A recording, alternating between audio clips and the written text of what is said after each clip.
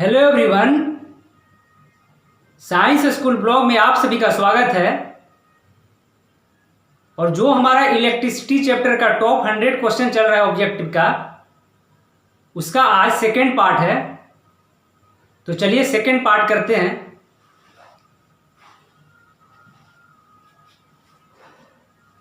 तो देखिए, इससे पहले हम लोग 16 क्वेश्चन कर चुके हैं, ठीक है। तो ये 17 क्वेश्चन है। देखिए 17 क्वेश्चन क्या कहता है, resistance of a conductor depends, resistance of a conductor depends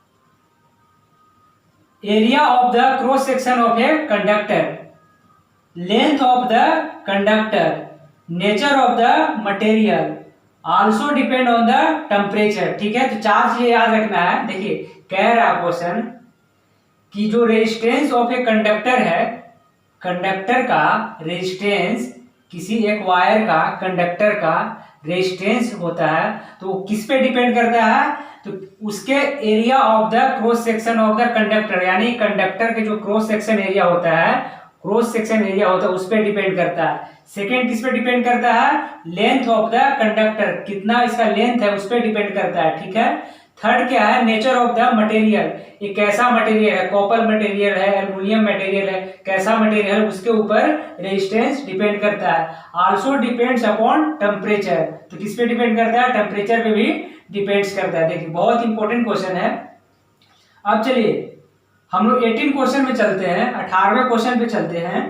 देखिए 18वां क्वेश्चन क्या करता है, formula of resistance in terms of resistivity. कह रहा है कि रेजिस्टेंस का फॉर्मूला क्या होगा, किसके टर्म में? रेजिस्टिविटी के टर्म में।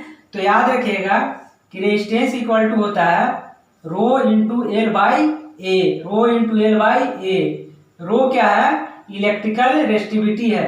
एल क्या है? लेंथ ऑफ द कंडक्टर है। ठीक है। ए क्या है? क्रॉस सेक्शन एरिया है। ठीक है।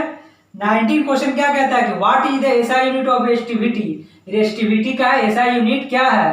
तो याद रखिएगा ओम्स मीटर, ओम्स मीटर। देखिए जो 20 क्वेश्चन है वो क्या कहता है, electrical resistivity also very, electrical जो रेजिस्टिविटी किससे वेरी करता है? तो टेम्परेचर के साथ वेरी करता है, विथ टेम्परेचर।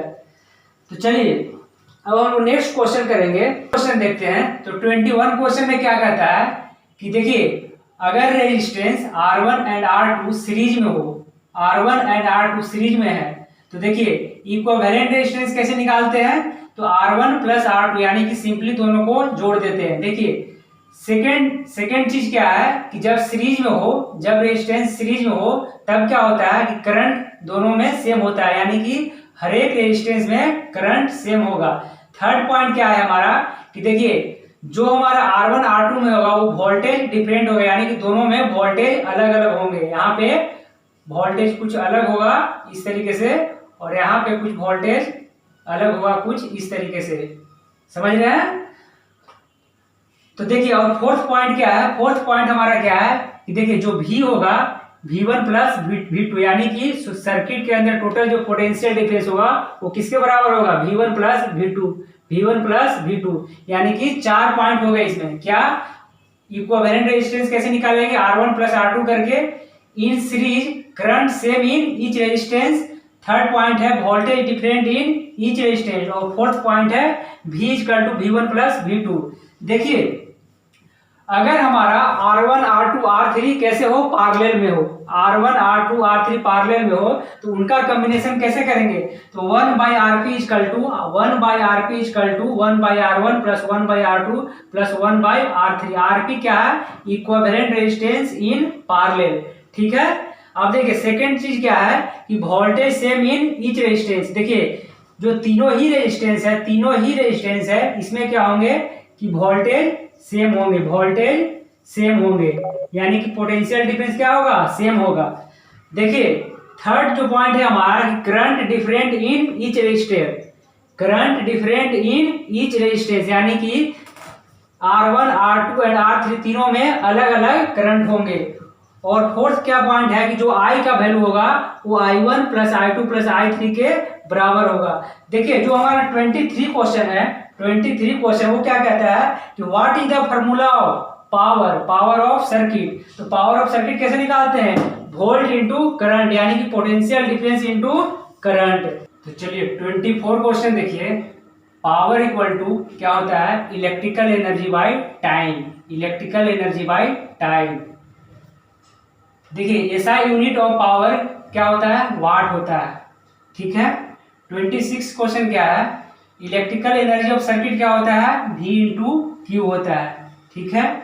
27 क्वेश्चन देखिए, heat produce by the circuit क्या होता है, तो जब हम इलेक्ट्रिकल पावर को टाइम से मल्टीप्लाई करते हैं तो वो आता है हमारा heat produce by the circuit. 28 question कहता है, हीट प्रोड्यूस कितना होगा, H कितना होगा, H इक्वल टू होगा V into I into T. देखिए हीट प्रोड्यूस का एक और फॉर्मूला होता है, heat produce H equal to I square R T. देखिए जो 30 क्वेश्चन है कि देखिए जो आई स्क्वायर आर टी है इसको क्या बोलते हैं, तो जूल्स लॉ ऑफ हीटिंग बोलते हैं। आई स्क्वायर इंटू आर टी को क्या बोलते हैं, जूल्स लॉ ऑफ हीटिंग बोलते हैं। चलिए देखिए 31 क्वेश्चन क्या कहता है कि इलेक्ट्रिकल पावर क्या होता है, तो अभी हम लोग पढ़े थे पावर इक्वल टू क्या होता है, वोल्ट इंटू करंट। देखिए 3 फॉर्मूला इसमें याद रखिएगा पावर का, यानी पावर इक्वल टू क्या होता है, volt into current, I square into R और V square by R. V क्या है, पोटेंशियल डिफरेंस है, R क्या है, रेजिस्टेंस है और I क्या है, करंट है, ठीक है। अब नेक्स्ट क्वेश्चन पे चलते हैं 32 क्वेश्चन पे कि 1 वाट इक्वल टू क्या होता है, 1 वोल्ट इंटू 1 एम्पियर, ठीक है। 33 क्वेश्चन क्या कहता है, 1 किलोवाट इक्वल टू कितना होता है, 1000 वाट होता है। देखिए 34 क्वेश्चन क्या कहता है कि the commercial unit of electrical energy, the commercial unit of electrical energy, electrical energy का कॉमर्शियल यूनिट क्या है, तो किलोवाट आवर है, क्या है, किलोवाट आवर है। देखिए 35 क्वेश्चन क्या कहता है कि 1 किलोवाट आवर इक्वल टू क्या होता है, 3.6 into 10 to the power 6 joule.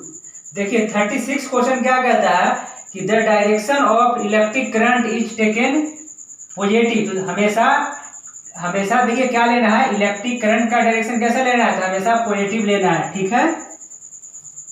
देखिए जो 37 क्वेश्चन क्या कहता है, 37 क्वेश्चन क्या कहता है कि the property that resist flow of electron, उसको क्या बोलते हैं, रेजिस्टेंस बोलते हैं, यानी कि वैसा प्रॉपर्टी जो इलेक्ट्रॉन के फ्लो को रोके उसको क्या बोलते हैं, रेजिस्टेंस बोलते हैं।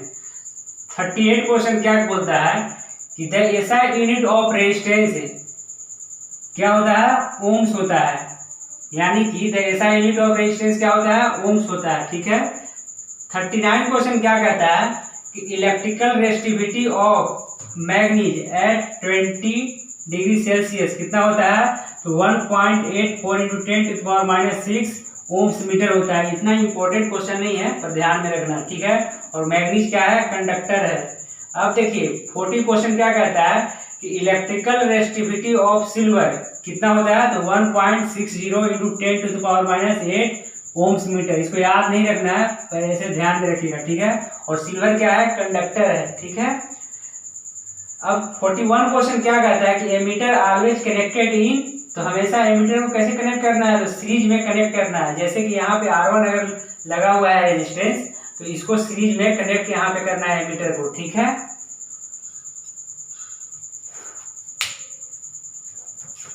तो चलिए हम लोग मिलते हैं किसी नेक्स्ट क्वेश्चन के साथ, तब तक आप वीडियो को देखते रहिए और शेयर करते रहिए, ठीक है, और कमेंट भी करते रहिए।